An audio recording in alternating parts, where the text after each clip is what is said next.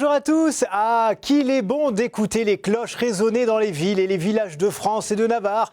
Une cloche sonne, sonne, elle chante dans le vent. Ah, c'est vrai qu'on n'imagine pas notre environnement quotidien sans entendre les heures qui s'égrènent, l'angélus, l'invitation à la messe, l'annonce des mariages, des baptêmes ou de Pâques, par exemple. Ah ben non, ce serait trop triste. Mais est-ce que vous savez qu'on donne des prénoms aux cloches ?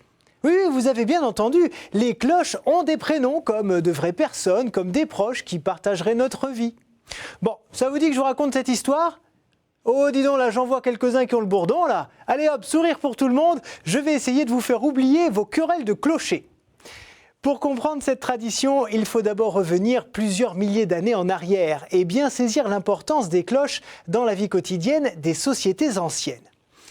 On estime leur invention aux environs de l'an 2000, avant Jésus-Christ. Elles sont d'abord un moyen collectif de communication. On les fait sonner pour annoncer un événement important dans la communauté, pour transmettre des messages de village en village ou pour prévenir la population en cas d'attaque ennemie ou d'incendie. C'est donc tout naturellement que dès les premiers siècles du christianisme, les cloches sont associées à l'annonce de la bonne nouvelle. Leur fonction première est liturgique. Elles appellent à la prière, par exemple à dire l'angélus, là où on est en interrompant son travail. Les cloches informent aussi de ce qui se passe, les mariages, les baptêmes, les enterrements, les victoires militaires ou la naissance d'un héritier du trône, entre autres. Mais elles résonnent également pour scander la vie quotidienne, le début et la fin du travail, les repas et depuis le Moyen-Âge, les heures de la journée. Elles rappellent en fait qu'à chaque minute et dans chaque occasion de la vie quotidienne, Dieu est là, bien présent. Et pour tout ce qui est important dans la vie des hommes, l'Église propose des rites de bénédiction ou de consécration.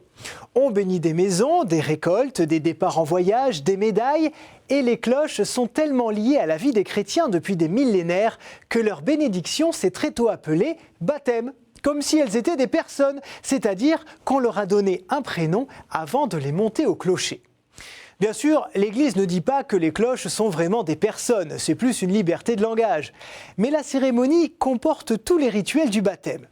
Eau bénite, sel, huile, lecture de psaumes, tissu blanc, présence d'un parrain et d'une marraine, entre autres.